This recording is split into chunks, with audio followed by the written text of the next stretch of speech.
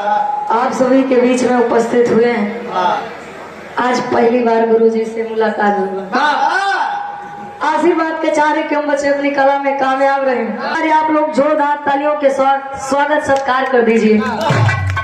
बजाए ये जन आता हो रहे बजाए नहीं, अगले जन्म में घूम घूम बजावत जा।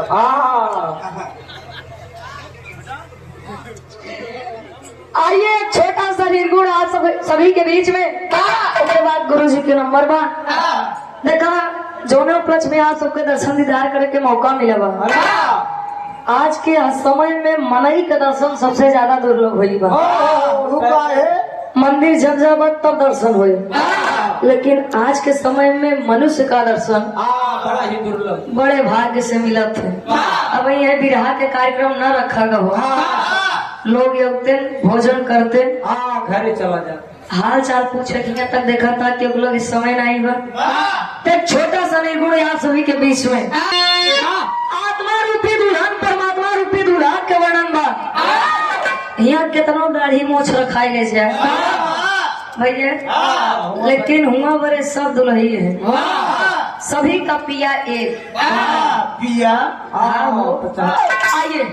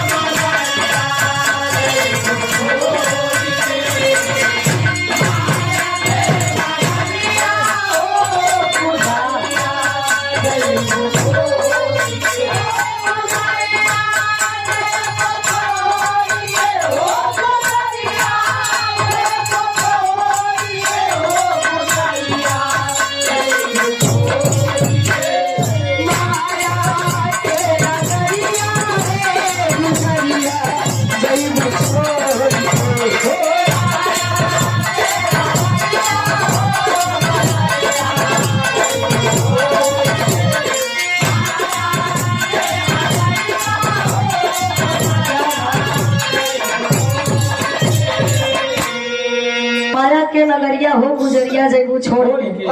संसार में दुनिया में दो ही सत्य है, पहला मृत्यु, जन्म और जन्म के बाद संकेत करता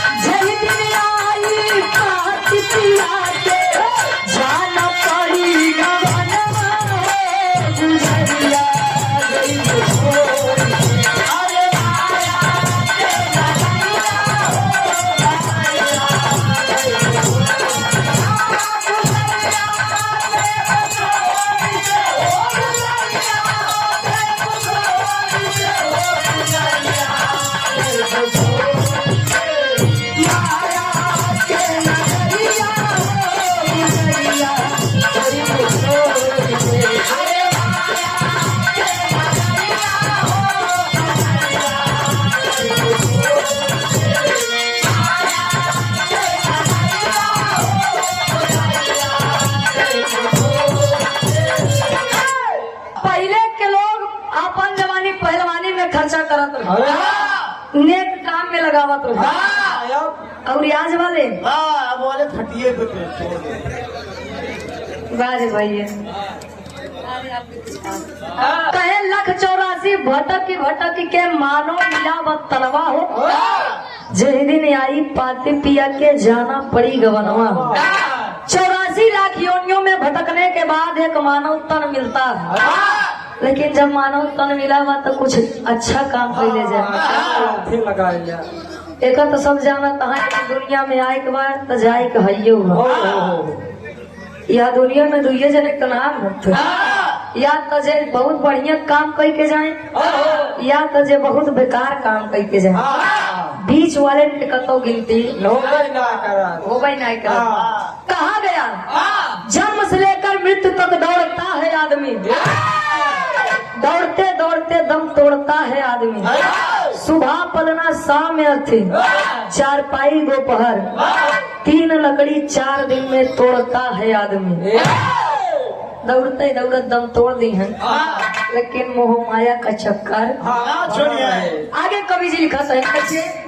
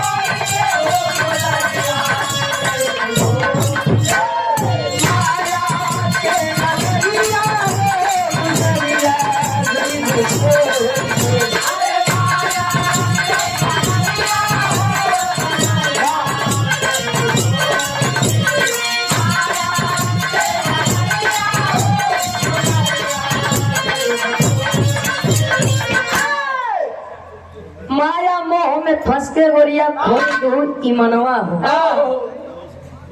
ईमान ईमानदारी देखा था आज के समय में पहाड़ जैसा बेईमाने, पाप अत्याचार बढ़िया और कच्चा सूत के जैसा सत्य एकदम पतला हो गया है। आज के समय में सबसे बड़ी दिक्कत तो यही बा, लोग अपने दुखे से ज्यादा दूसरे के सुखे से परेशान है। कैसे 2 टाइम के बढ़िया भोजन कर ले दबा, बढ़िया बढ़िया कपड़ा खरीद ले वाह। पड़ोसी सोचत बा कैसे पड़ोसी के काम फूट जाता है। का हो जमीन तो पूरा लेकिन जब जाए के पड़े एक एक हिसाब होए। माँ के गर्भ में बच्चा रहता है तो भगवान ईश्वर से यही प्रार्थना करता है, नाथ ए स्वामीनाथ हमका यहाँ से निकाल देता है। दिन रात भक्ति भाव भजन करे, लेकिन जन्म ले के बाद रही 5 चूर। अरे नहीं हम बस छोड़ दे भैया। काम क्रोध मद लोभ ईर्ष्या अगर ये 5 जने पिछुआल है तो भक्ति भाव भजन में मन लागे। अंतरा के तीसरे अंताल में कवि जी लिखत है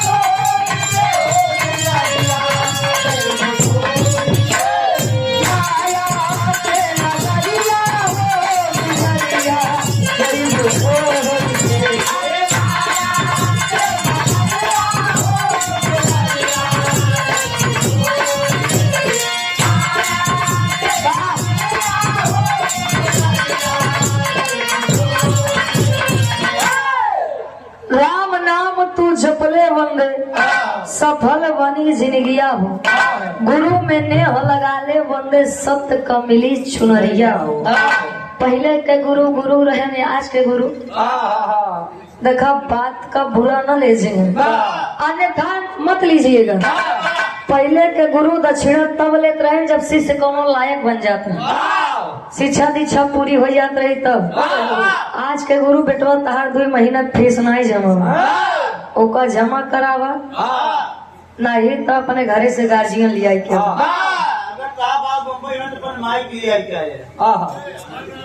वाह। एकलव्य जी गुरु द्रोणाचार्य का अंगूठा दे दिए रहे गुरु दक्षिणा में। आज के लड़ी के अंगूठा दिखाई दी आवा नहीं एकदम मार के तो देखा कहीं आवा हुई नहारे में आवा हुई तुम्हें बताई थी। तो आज के जमाने में अगर सदगुरु मिल गया, सच्चा गुरु मिल गया, भाव से नहीं आप पार हो जाएंगे। नहीं ढेर दिन हो गया बेटवा।